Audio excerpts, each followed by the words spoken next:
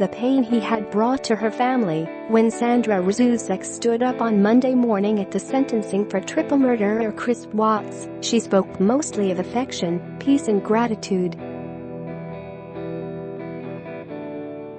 "I want the world to know that our daughter and her children were so loved by us," she said in court in Weld County, Colorado, of her slain daughter, 34-year-old Shan'ann Watts, and her grandchildren, Bella and Celeste, and Shan'ann's unborn son, Nico. Get push notifications with news, features and more. Following you'll get the latest updates on this topic in your browser notifications. "They will always be protected by God and His mighty angels," Razuzek said.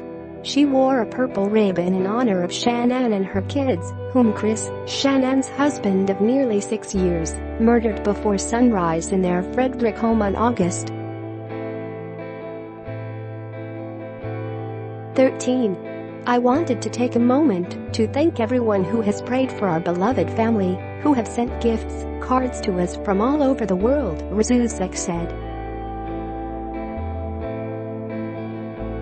"I know God will put the evil people where they need to be. I also want to take the time to thank the town of Frederick, Greeley, the FBI, the DA's office, the CBI, for exceptional work. We thank Nicole Atkinson, who reported Shan'ann missing, Shannan's neighbor Nathan and his family. To me they are heroes, they really are. God bless." Since the slayings, which attracted international media attention, the town of Frederick has distributed purple ribbons to remember Chris's victims, placing them on local signs and light posts. The town announced the tribute in August to plaudits.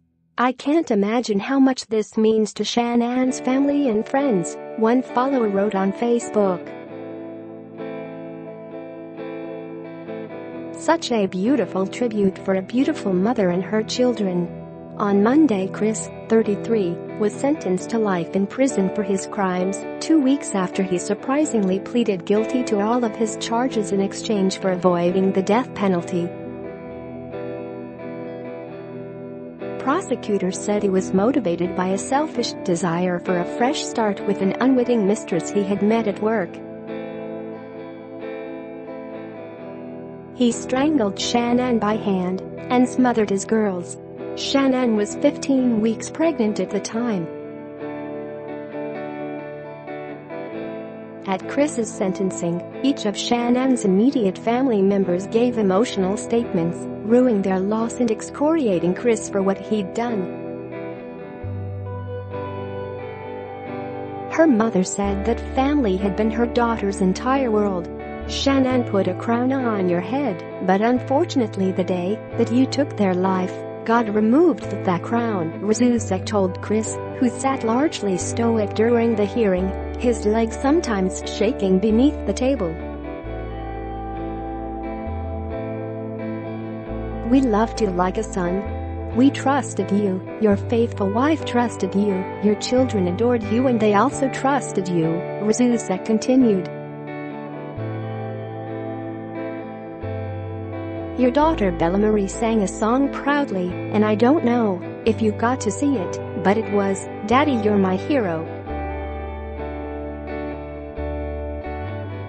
I have no idea who gave you the right to take their lives, but I know God and His mighty angels were there in that moment to bring them home to paradise," Razuzek said.